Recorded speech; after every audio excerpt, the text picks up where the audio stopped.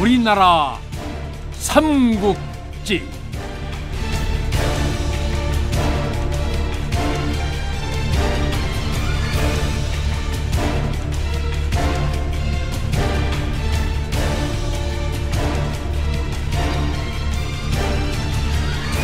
제83부 용호상박.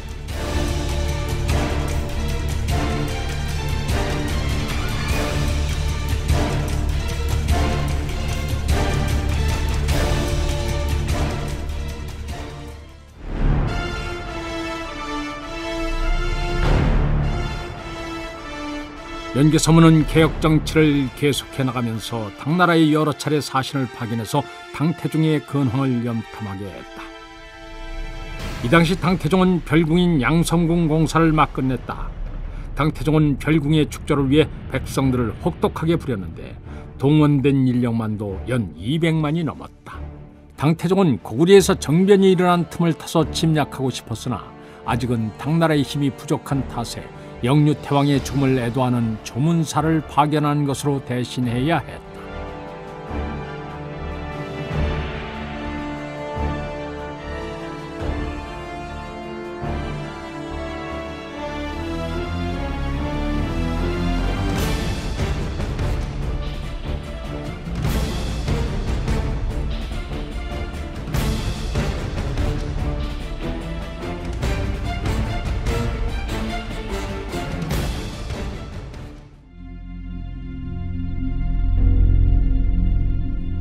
김춘추가 고구려와의 협상에서 실패했다는 소식을 접한 신라 선덕태왕은 궁여지책으로 외국의 사신을 급파했다.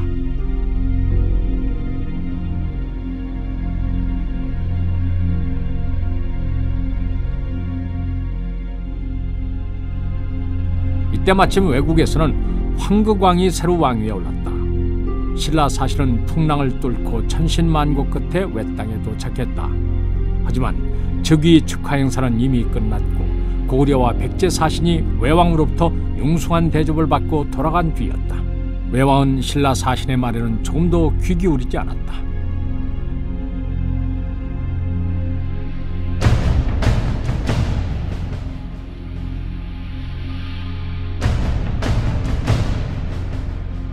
그렇게 외에 갔던 사신마저 별다른 성과 없이 돌아오자 선덕태왕은 절박한 심정으로 당나라의 사신을 파견했다. 그런데 당을 방문한 신라의 사신은 오직 당의 협력만이 신라가 살 길이라 여기고 협상의 기본조차 지키지 못했다.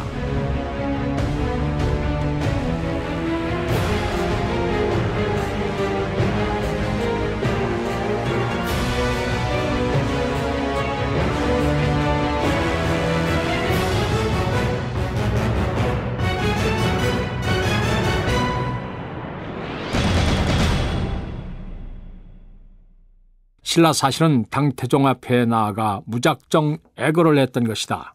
부디 천군을 일으켜 신라를 구원해 주시옵소서. 당태종은 자존심마저 팽개친 신라 사신이 매우 한심해 보였다. 사신은 신라왕이 보낸 국서부터 올려라. 국서에는 고구려와 백제가 연합하여 신라의 변경을 수시로 치니 나라의 전망을 점칠 수가 없게 되었다. 그러니 어서 군사를 내어 도와달라는 내용이 담겨 있었다. 당태종이 신라 사신에게 물었다. 어떻게 하면 신라가 화를 면할 수 있겠는가? 신라 사신이 얼굴을 붉히며 대답했다. 대책이 없사옵니다. 바라옵건대 우리 신라를 불쌍히 여기셔서 계책을 내려주시옵소서. 당태종은 신라 사신을 내려다보면서 오만무도하게 말했다. 이미 변경의 일부 군사를 일으켜 거란족과 함께 요동으로 쳐들어가면 고구려는 주력군을 요동으로 옮길 것이다. 그러면 그대의 나라는 한 1년 정도 조용할 것이다. 이것이 첫 번째 계책이다. 두 번째 계책은 내가 그대에게 당나라 군복과 깃발 수천 개를 주는 것이다. 만약 고구려와 백제군이 쳐들어오면 신라 군사들에게 우리 군복을 입히고 깃발을 들도록 하라. 그러면 그들은 당군이 그곳까지 온 줄 알고 놀라서 도망을 갈 것이다.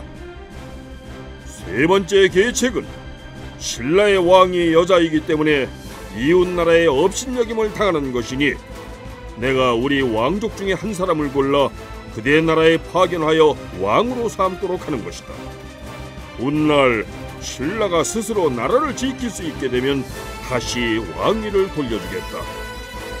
그대는 이 세 가지 계책 중 어떤 것을 선택하겠느냐?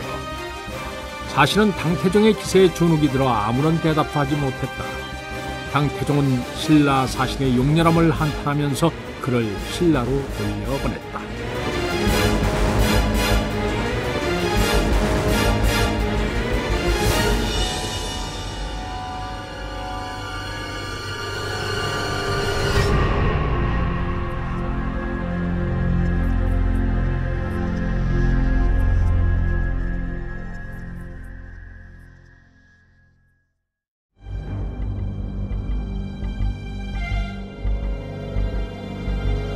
그해 겨울, 당태종은 산홍성 상리 현장을 고구려에 파견해서 신라에 대한 공격을 중지할 것을 부탁하려 했다. 그런데 당나라에서 사신이 오고 있다는 보고를 받고도 연개소문은 보란듯이 군사를 일으켜 신라의 북변을 치고 2개의 성을 함락시켰다. 이는 당나라를 철저히 무시하겠다는 의도였다.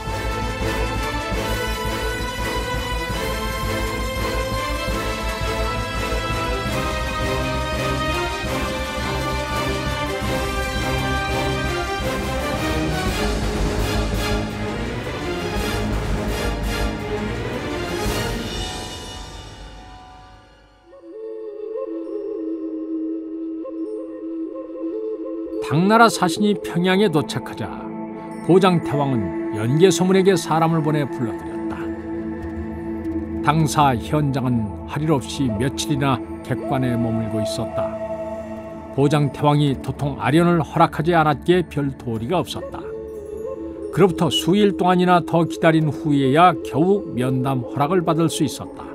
현장이 궁궐한 조그만 방에 인도되어 한참을 기다리고 있자니 철렁철렁하는 갑옷 부딪히는 소리와 함께 훤칠한 체격의 장군이 나타났다.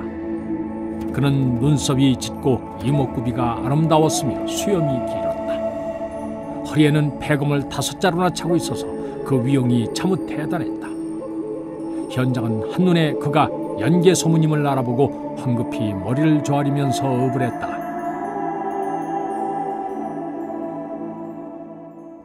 연개소문이 그만 됐으니 아니란 눈짓을 했다. 현장은 놀란 가슴을 쓸어내리고 걸상에 좌정했다. 연개소문이 위엄있게 말을 시작했다. 그래, 그대가 당사인가? 먼 길을 오느라 수고했어. 그런데 용건이 무엇이오? 현장은 쩔쩔매며 대답했다. 저희 폐하가 보내신 국서를 갖고 왔습니다. 내용은 더 이상 신라를 괴롭히지 말라는 것입니다. 이미 신라는 당의 보호를 받는 나라입니다. 연개소문은 슬슬 화가 나기 시작했다. 신라는 고구려의 천하에 속한 나라요. 그러니 이는 당나라가 관여할 일이 아니오. 옛날 우리가 혼란했을 때 신라는 그 틈을 타서 우리 땅 500리를 빼앗아갔소. 신라에게 그 땅을 돌려받기 전까지는 공격을 중지할 수 없어.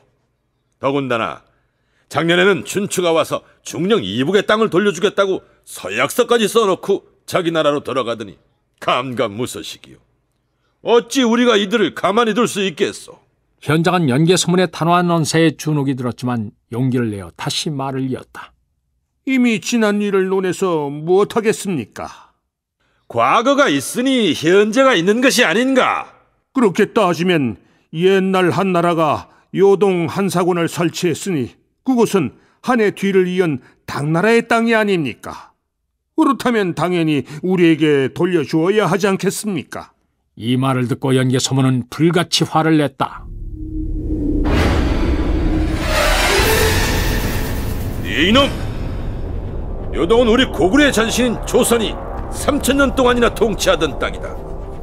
너희들이 잠시 강점을 해왔던 것은 사실이나 불과 100년이 채 안두에서 선대왕이신 대모 신왕께서 다시 찾아오셨다. 하늘도 알고 땅도 알고 너희 오랑캐 놈들도 명백히 알고 있는 사실인데 네 놈이 감히 나를 기만하려 하느냐? 연개소문에 천둥 같은 호통에 탁자에 있던 물장이 흔들렸다. 연개소문은 역관을 향해 버럭 소리를 질렀다. 저놈에게 단단히 전해라. 당이 요동을 넘본다면 우리는 장안을 빼앗겠노라고. 역관의 통역을 들은 현장은 어떻게 대처해야 할지 궁리했다. 연개소문의 이야기는 옳았지만 그렇다고 인정을 할 수는 없었다. 현장은 용기를 내어 연개소문을 쳐다보며 말했다. 말을 듣지 않으시면 또 전쟁이 일어나게 됩니다. 신중히 생각하고 판단하십시오. 이놈아, 그런 식으로 협박한다고 내가 눈 하나 끔찍할 것 같으냐? 가서 당주에게 전해라. 옳다면 와보라고. 내 그자를 사로잡아 해수의 물을 먹여주겠다. 현장은 연개소문이 내뿜는 살기의 극도의 위협을 느꼈다.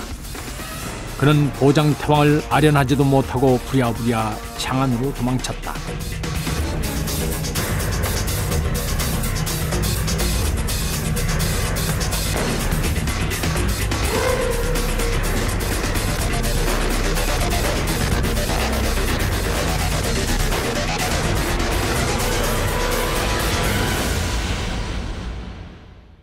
현장이 장안으로 돌아와서 평양에서 있었던 일을 사실대로 보고하자 당태종은 분통을 터뜨렸다.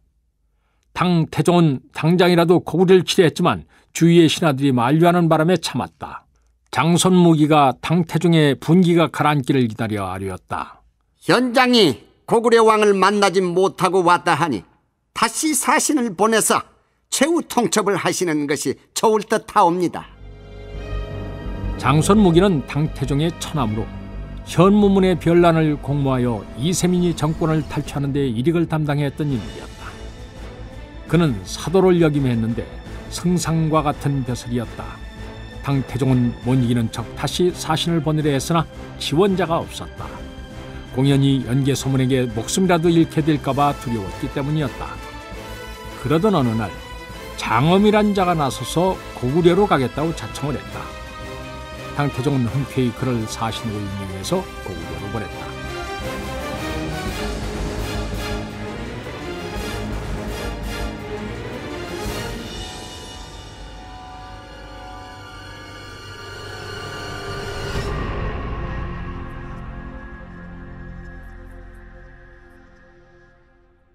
이번에도 예전 현장 때와 다를 바 없었다. 단지 장엄이 더 용감했을 뿐이었다. 장엄은 연개소문과 신라 문제를 의논했다. 점차 언성이 높아졌다. 장엄은 할 말이 궁색해졌지만 당나라를 대표하는 사신으로 그냥 물러설 수는 없었다. 그래서 자신도 모르게 해서는 안 될 말을 끄집어냈다. 그럼 공은 어째서 영유태왕을 시해했어? 그것은 불충이 아니요? 연개소문은 싸늘하게 답변했다. 그렇다면 당조 이세민은 왜 수주 양광을 배반하고 역적질을 했느냐? 또 의하여 자신의 핏줄인 형 건성과 동생 원기를 참살하고 자기 아비 이연을 이궁에 유폐시켰느냐? 네가 대답을 하면 살겠지만 만에 하나라도 대답을 하지 못하면 죽음을 면치 못할 것이니라. 장엄은 심장이 빨리 뛰고 얼굴이 화끈거려 뭐라고 대답할 수가 없었다. 연개소문의 말이 맞다고 하면 목숨을 건질 수는 있겠지만 자신의 주군을 욕보이게 되는 것이었다. 장엄으로서는 매우 난감한 일이었다. 장엄은 죽기로 결심하고 입을 굳게 닫았다. 자신이 여기서 입을 다물고 죽어야 장안에 있는 식솔들이 무사할 수 있었다. 연개소문은 좌우의 명에서 장엄을 토굴에 감금시켜버렸다.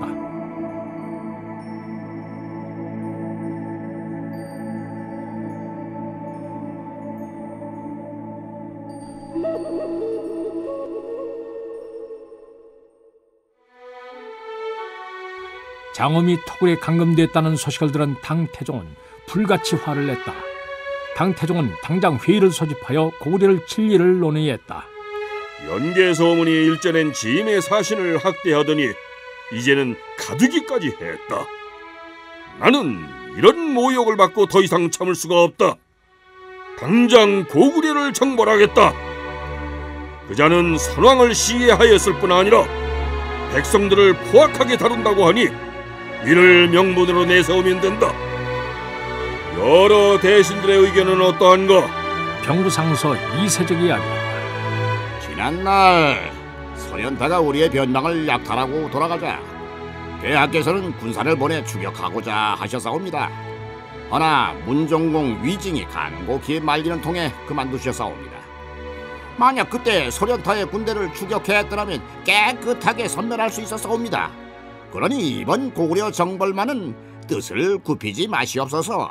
당태종이 이세적의 말을 듣고 흡족해하고 있을 때 이번엔 방헌영이 나섰다. 고구려는 절대 가볍게 볼 상대가 아니옵니다. 우리가 내란을 종식시키고 이제야 비로소 안정을 되찾고 있는데 다시 전쟁을 일으킬 수는 없사옵니다. 전쟁이 개시되면 백성들이 다시 피폐해지고 나라가 혼란에 빠질 것입니다. 그러니 좀 더 때를 기다리시옵소서. 장량도 반열에서 나와 거들었다. 고구려를 치기 위해서는 수많은 인력과 물자를 동원해야 하옵니다.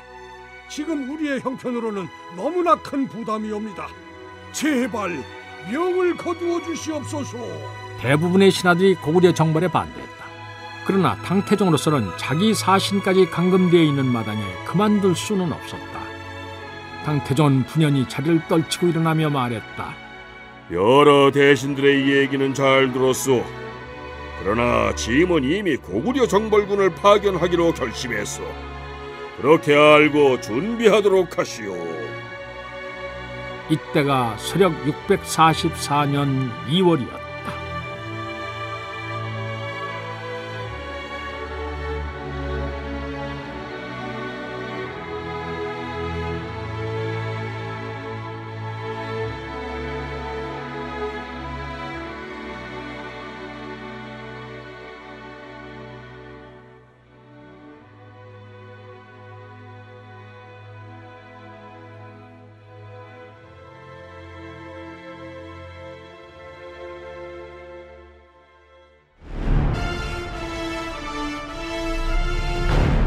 당태종이 원정을 결심했다는 소식은 첩자를 통해 평양성에 알려졌다.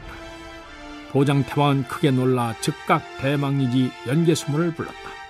저 흉악한 도적 이세민이 우리나라를 공격하기로 결정했다 하오. 어떻게 대처해야 하겠소?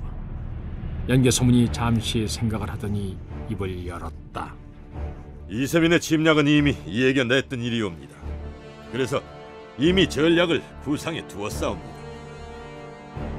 그 전략이란 요하를 1차 방어선으로 하되 신성과 요동성, 안시성, 건안성의 군사를 중점적으로 배치시켜 대항하고 전쟁의 흐름에 따라 군대를 추가로 파견하여 지원하는 일이옵니다. 그리고 막강한 전력을 자랑하는 우리 해군을 내보내 제해권을 장악하는 것이옵니다. 그러면 당군은 얼마 버티지 못하고 물러갈 것이옵니다. 그때 섬멸하면 되옵니다. 연개소문의 거침없는 답변에 보장태왕은 저기 마음이 놓였다.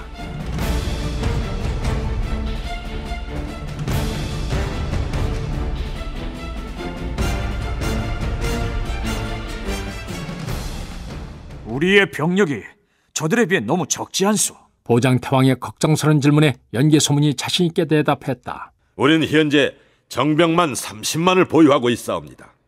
게다가 3년 전부터 경당 조직을 활성화했기에 경당의 청년들을 전시에 유용하게 활용할 수 있사옵니다. 보장태왕이 흡족해하며 연개소문에게 다시 물었다. 그렇다면 전쟁에 필요한 병장기들은 충분히 준비해 두었소? 오래전부터 철산에서의 철 생산량을 크게 늘려왔사옵니다. 그리고 각종 병장기를 새로 개발하여 대량으로 생산하고 있사옵니다. 우리 해군의 상황은 어떻소? 압록수 하구에 있는 조선소에서 주야로 병선을 만들고 있사옵니다. 또한 조선소 증설공사도 진행 중이옵니다. 필요한 제목은 장백산에서 벌목하여 강물에 띄어 하구로 나르고 있사옵니다. 보장태왕은 고개를 끄덕이며 화제를 바꿨다. 저 남쪽에 있는 신라가 이 틈을 이용해서 또 장난을 칠까봐 걱정이요. 연개소문은 여전히 여유가 있었다. 백제와의 공수동맹을 보다 강화시키겠사옵니다. 현재로는 백제가 신라에 비해 월등한 전력을 갖추고 있으니 신라도 함부로 군사를 움직일 수는 없을 것이옵니다. 그렇다면 남쪽은 괜찮은데 북쪽이 문제이구려. 당나라에 굴복한 돌궐족들이 이번 전쟁에 용병으로 참전할 것이라는 첩보가 있는 데다가 거란족의 일부도 당에 협조를 할 것이 아니오. 보장태왕의 지적은 날카로웠다. 연개소문은 정곡을 찔렸기 때문에 움찔했다. 한때 막북을 장악했던 돌궐도 이 당시에는 당나라의 속민이 되어 그들의 손발처럼 움직였고 거란족도 예전처럼 고구려에 순순히 복종하지 않았다. 연개소문이 조심스럽게 말했다.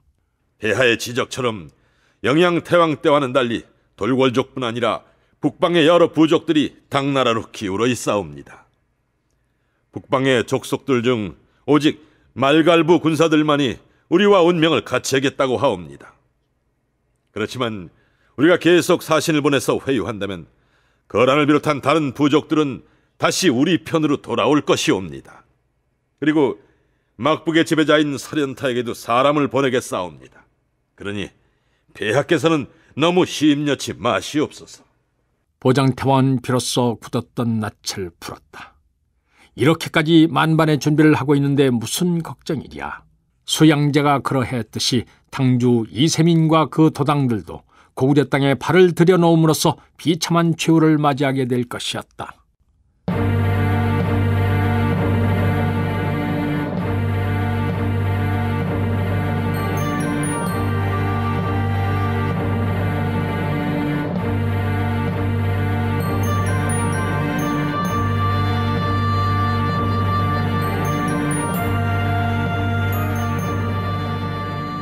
궁궐에서 돌아온 연개소문은 책사 도수금과 아우 연정토 그리고 대대로 고정의, 고연수, 고혜진, 고돌발 등을 집무실로 불러들였다. 장군들이 좌정하자 연개소문이 입을 열었다. 여러분들도 당주 이세민이 고구려 정부를 공표했다는 것을 이미 들어 아시리라 믿소. 이세민은 과거 수양제가 그러했듯이 주력군을 요동으로 보낼 것이요, 이에 대해 어떻게 대처를 해야 할지 여러분의 의견을 들어봅시다. 고연수가 의기양양하게 나섰다. 우리는 서방의 제국들과 수없이 싸웠지만 결코 져본 적이 없습니다. 군사의 수적 열세에도 불구하고 우리가 이길 수 있었던 이유는 저들의 군대가 농민들을 끌어모은 오합지졸인데 비해 우리 군사들은 훈련이 잘 된 정예병이기 때문입니다. 당군 역시 다르지 않으니 그들이 쳐들어온다 해도 쉽게 물리칠 수 있습니다. 고혜진이 옆에서 거들었다.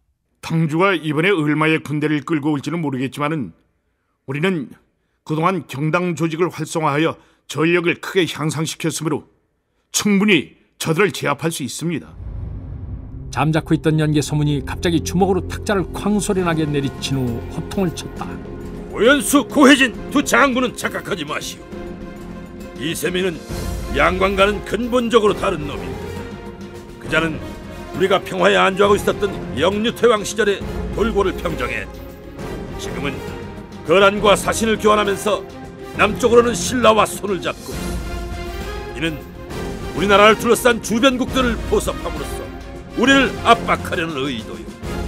이것만 봐도 그가 얼마나 간기가 뛰어난지 짐작할 수 있다.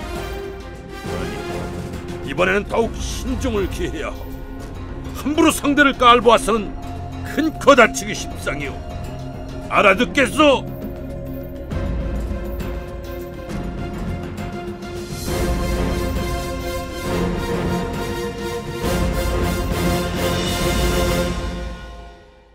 연개소문의 훈계에 두 사람은 머쓱해졌다. 그래도 북부 욕살, 남부 욕살의 지위에 있으면서 연개소문의 신복이라 자부하고 있었는데 사람들 앞에서 야단을 맞았으니 기분이 좋을 리 없었다. 대로 고정이가 연개소문에게 맞장구를 쳤다. 대망리지의 말씀이 맞소. 이세민을 양광점으로 생각하다가는 낭패를 볼 것이오. 연개소문이 고정이를 바라보면서 물었다. 그렇다면 대로께서는 방책이 있으십니까? 고정이가 대답했다.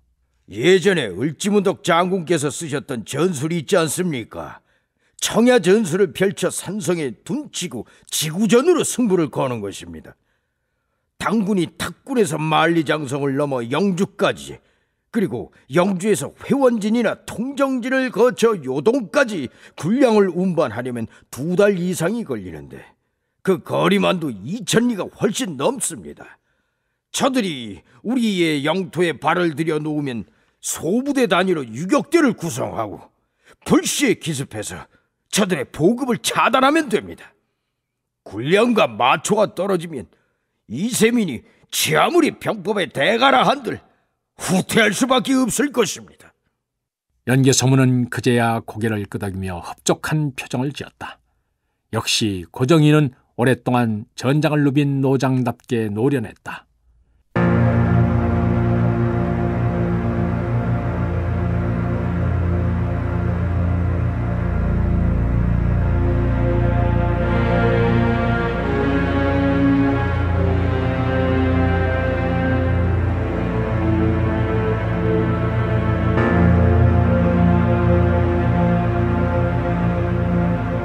책사 도수금이 눈을 가늘게 뜨며 말했다. 대망리지께서는 당주 이세민이 100길로 군량을 공급할 수 있다는 점을 생각해 보셨습니까? 연개소문은 별다른 동의 없이 대답했다. 물론이요. 이세민은 영의주도 아닌 인물이니 당의 해군은 곧바로 비사성으로 접근해 올 것이요. 이미 원사문 장군에게 지시를 해두었으니 지금 비사성에서는 주야를 가리지 않고 경계를 펼치고 있을 것이요. 그리 걱정할 것은 없어. 대사자 연정토가 말을 꺼냈다. 우리도 기다리고만 있을 게 아니라 일찍 운을 내어 요서지방을 공략해보는 것이 어떻겠사옵니까? 이 말이 나오자 책사 도수금이 당장 지지하고 나섰다. 대사자의 의견이 좋습니다. 일단 유성으로 군대를 파병하는 것이 어떻겠습니까? 적의 허실을 알아볼 수 있는 기회가 될 것입니다. 요서의 유성은 영양태왕 때의 고구려의 영토로 편입되었으나 영유태왕이 유성에 주둔하고 있던 군사들을 퇴각시킨 후에는 당나라가 영주부를 두어 관장하고 있었다. 연개소문은 연정토의 안을 검토하겠다고 말한 뒤 결론을 내렸다. 장군들은 휘하 소속 부대 및 각 성에 파발을 넣어 전시태세를 갖추게 하시오. 당주가 지금부터 준비를 하면 아마도 내년 봄에는 쳐들어올 것이오. 각 군과 경당에 병장기를 수리하고 1년치 양곡을 저장하라고 이르시오. 전쟁에 대비함에 있어 한치의 소홀함이 있어서도 안 될 것이오. 회의가 파자 연개소문은 고돌발을 따로 불렀다. 고돌발은 연개소문을 오랫동안 모셔온 수하였는데 위인이 성실하고 강직했다. 그래서 연개소문은 그를 장수로 삼아 곁에 두었다. 너는 이 길로 신성으로 가거라. 그곳에 머물면서 회원진, 통정진, 영주, 임유관 등의 첩자를 추가로 파견해서 정보를 수집하도록 해라. 수집된 정보는 한시도 지체함이 없이 평양으로 전달되어야 한다.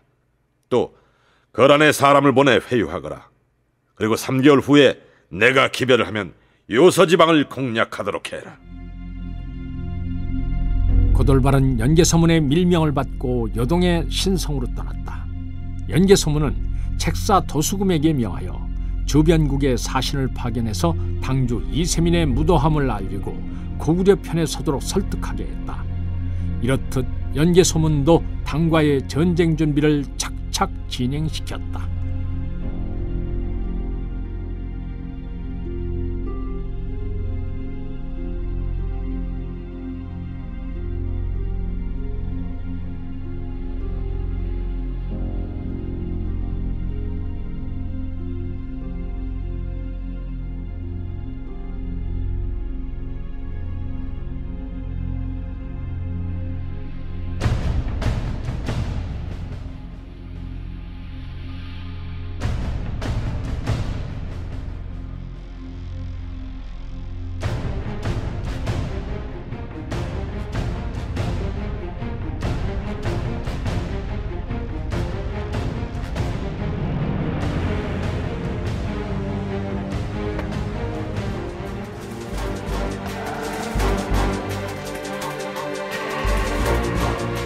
전쟁 준비가 한창이던 신성에서 첩보가 날아왔다.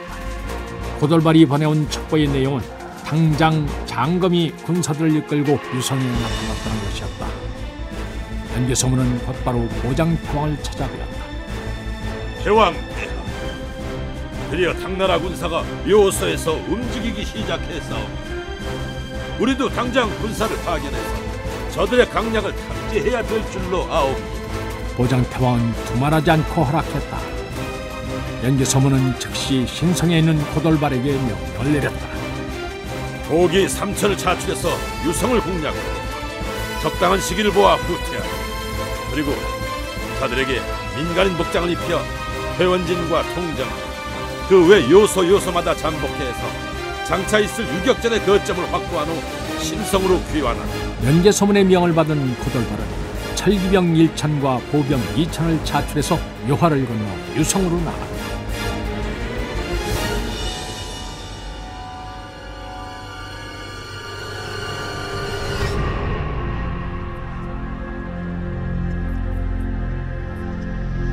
별다른 저항을 받지 않고 유성 앞에 도착한 고돌발은 성을 지키고 있는 당군에게 싸움을 걸었다.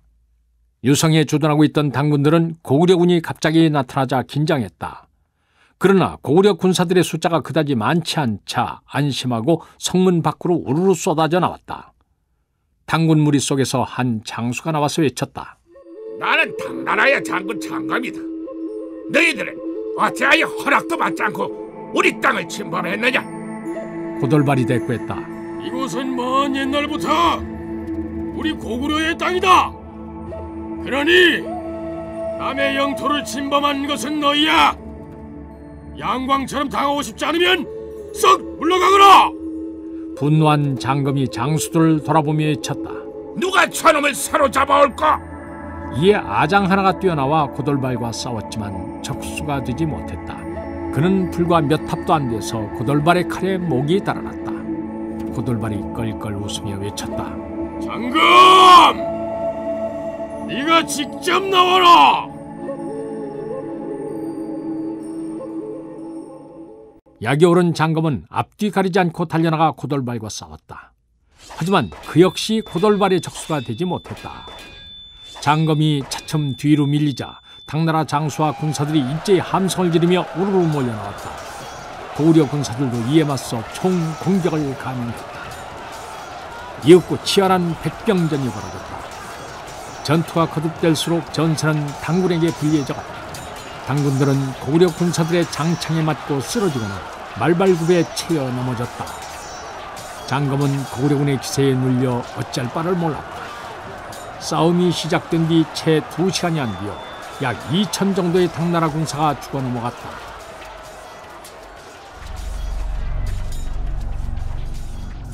이때 고돌발이 징을 울려 군사를 거두었다. 속마음 같아서는 기세를 몰아 유성을 점령하고 싶었으나 연개소문의 지시가 있었기에 이쯤에서 전투를 끝내야 했다. 유행으로 목숨을 건진 당군들은 쏜살같이 유성 안으로 되각했다.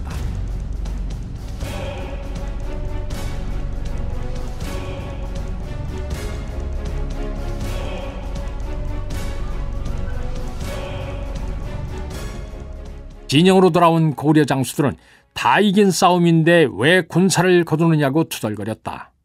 고돌발이 장수들을 타일렀다. 오늘은 그저 탐색전일 뿐이야.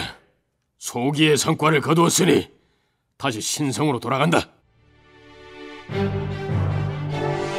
고돌발의 지시에 따라 고구려군은 회군을 시작했다. 고돌발은 1천의 철기병을 신성으로 돌려보냈다.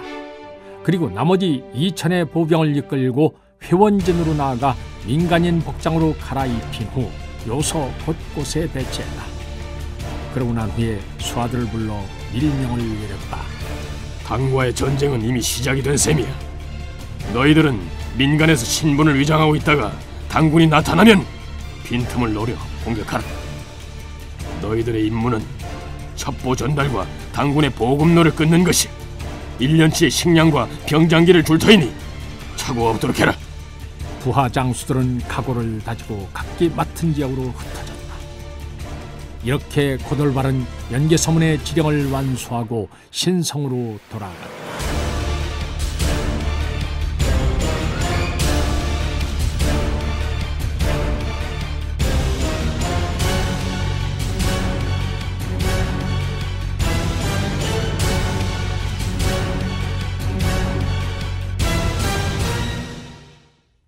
한편 유성의 장검은 매우 의아했다.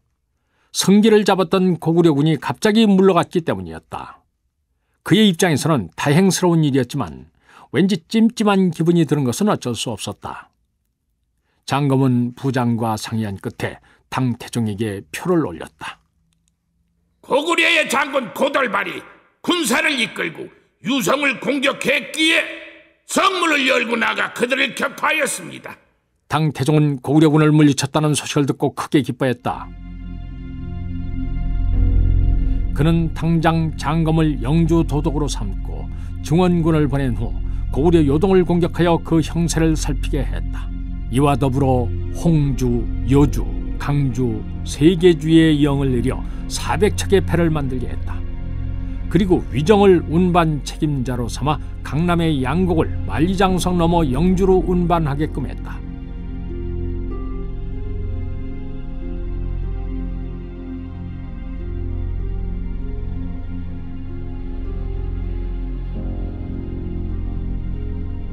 새로이 영주 도독으로 임명된 장검은 군사를 이끌고 통정진으로 나아가 요하를 거느려 했다.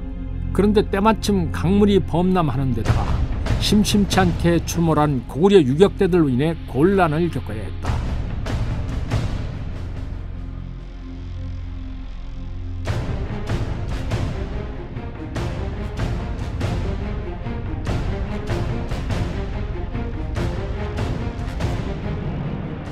장검은 막사에서 부장과 상의했다. 이제 겨우 통정리를 지났다. 아직도 갈 길이 먼데 장맛비는 그칠 줄 모르고 땅은 진흙수렁인데다가 역벽까지 돌고 있다. 게다가 고구려 군사들까지 종종 출몰하니 이 걱정이 정말 크구나. 어찌 했으면 좋겠느냐? 부장이 장검의 눈치를 살피며 대답했다. 폐하께서 너무 서두르신 것 같습니다. 때가 장마철인데 어떻게 군사를 움직일 수 있겠습니까? 처음부터 군사들의 사기가 매우 떨어져 있었습니다. 그렇다고 여기까지 와서 그냥 돌아갈 수는 없지 않느냐? 회원진뿐만 아니라 이곳 통정진 주변도 비만 오면 진흙탕으로 변합니다. 발이 진흙벌에 빠지는데 어떻게 진군할 수 있겠습니까? 산기슭에 마른 땅에 영체를 세우고 잠시 군사를 쉬게 하면서 주변을 살피시는 것이 좋을 듯하옵니다. 장검은 부장의 의견을 옳게 여기고 근처 산기슭에 영체를 세우고 주둔했다. 이 소식을 전해들은 당태종은 불같이 노했다. 당장 사람을 보내어 장검을 장안성으로 불러들였다. 장검이 들어오자 당태종은 쌍심지를 돋우며 소리쳤다. 이 겁쟁이 놈아! 군사를 이끌고 신성을 쳐서 고구려의 군세를 탐지하라고 하였거늘 어찌하여 유하 앞에서 머뭇거리느냐? 장검이 머리를 조아리며 변명했다. 소장이 유하에서 시위를 끈 것은 앞으로 있을 고구려 정벌에 대비해서 유하 일대의 지리를 조사하기 위해서였사옵니다. 그런데 때마침 폭우가 쏟아져 유하가 범람했기에 오도가도 못하는 신세가 됐습니다. 장검이 말을 마치고 요섭지방과 유하 일대의 지도를 바치니 당태종은 매우 기뻐했다. 장검은 통정진 부근에 영체를 세우고 있었을 때 당태종의 추궁을 면할 목적으로 부장을 시켜 주변 지도를 만들어 두었던 것이다. 당태종은 장검을 행군 총관에 임명하고 다시 신성을 공격하라고 명한다. 이에 장검은 하는 수 없이 영주로 돌아가서 거란 군사를 포함한 군사 1만을 추가로 자출하여 유하를 건넜다.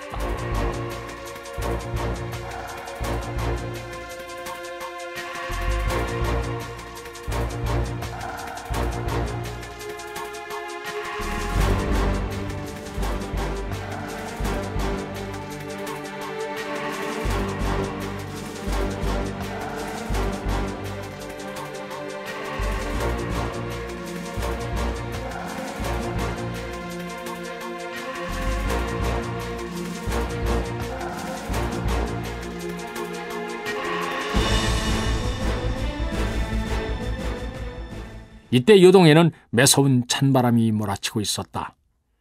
유하가 꽁꽁 얼어붙어서 당군은 어렵지 않게 강을 건널 수 있었다. 장검이 막상 신성에 도착해보니 고구려군은 만만치 않았다.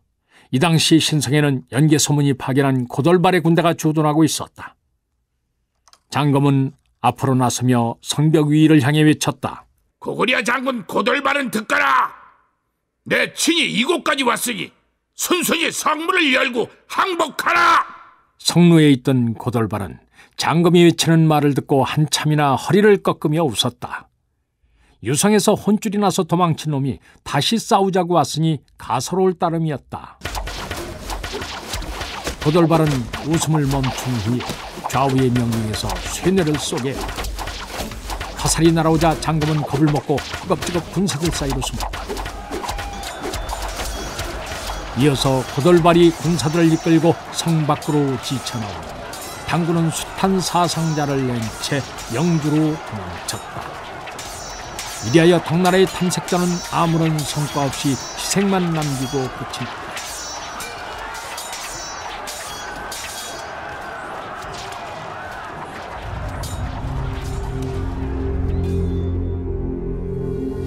이 무렵 군량을 운반하던 위정 역시 곤욕을 치르고 있었다. 위정이 이끄는 당의 수송부대는 만리장성의 임유관을 넘어선 다음부터 고구려의 유격대가 시도 때도 없이 공격해오는 통에 막대한 피해를 입었다. 이를 보고받은 당태종은 크게 화를 내며 위정을 파직한 후 백의종군시켰다.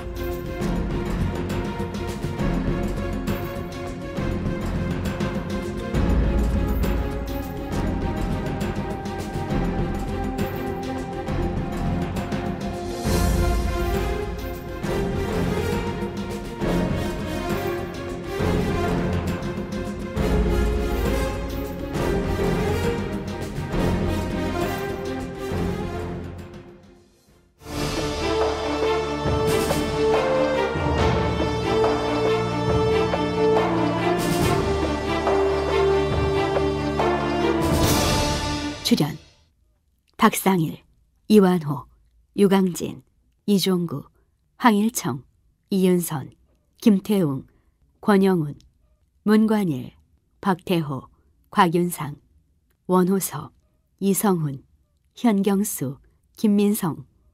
해설 김종성. 음악 이춘화. 효과 엄기혁. 기술 서교식. 총진행 유만준.